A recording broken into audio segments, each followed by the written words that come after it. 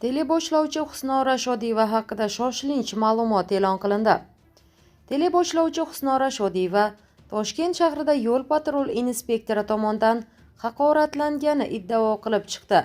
U bu haqida o'zining Instagram sahifasida yig'lab video murojaat qilgan. Uning so'zlariga ko'ra, holat poytaxtning Nukus ko'chasida yuzaga kelgan bo'lib, o'tgan jarayon haqida gapirib berar ekan.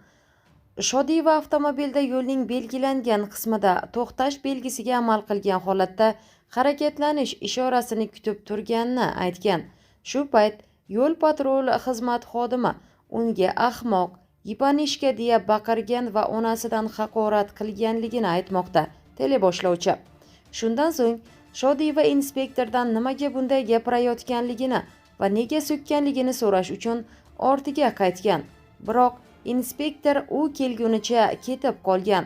Uning aytishicha, o'sha atrofda xizmat olib borayotgan post patrul xizmati xodimlari uni haqoratlagan xodimni yashirishga uringan. Yo'l patrul xizmati xodimi ayol kishini haqoratlashga nima haqqi bor? Nega u menga og'ir botdi deya ta'kidlagan Husnora Shodiyeva. Men qayrilib kelgunimcha u ketib qolibdi. Nima ayb qildim?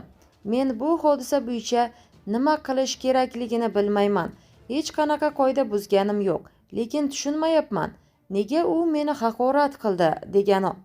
Shodiyeva shuningdek, O'zbekistonda ayollarga nisbatan hech qanaqa zo'ravonlik bo'lmasligi uchun kurashayotgan bir paytda yo'l-patrul xizmati xodimlari bu shaklda ayol kishiga baqirishi va bemalol haqorat qilishi mumkinmi? Deb poytaxt ichki ishlar bosh boshqarmasiga savol bilan yuzlangan. Yo'l-patrul xizmati xodimlari aslida fuqarolar uchun xizmat qilishi kerak. Men adolat bo'lishini xohlayman. Men o'sha joyda hamma yo'l-patrul xizmati xodimlari turgan hududga bordim. Ular bo'lsa, xuddi bir-birini tanimagandek tutdi. Men bo'lsa, mening o'rnimda sizning ayolingiz, bolangiz, onangiz bo'lsa, ularni so'kishsa, shunaqa munosabatda bo'larmidingiz? Jim turarmidingiz deya so'radim, deydi u. Husnora Shodiyeva yo'l-patrul xizmati xodimlari bir-birini qilgan ishlarini yashirayotganligidan shikoyat qildi. Nima qilish mumkin? Ular bir-birining orqasini yopishayapti. Butun O'zbekistonda ayollarga nisbatan zo'ravonlikka qarshi kurash ketayotgan bir paytda bizning yo'l-patrul xizmati xodimlarimiz shunchaki o'tiradi va bemalol so'kadi, deydi teleboshlovchi.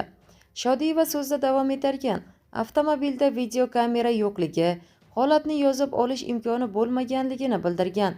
Voqea bayon qilinganiga 18 soatdan ortiq vaqt o'tgan bo'lsa ham, Toshkent shahar ichki ishlar bo'limi boshqarmasi yo'l harakati xavfsizligi xizmati munosabat bildirgani yo'q.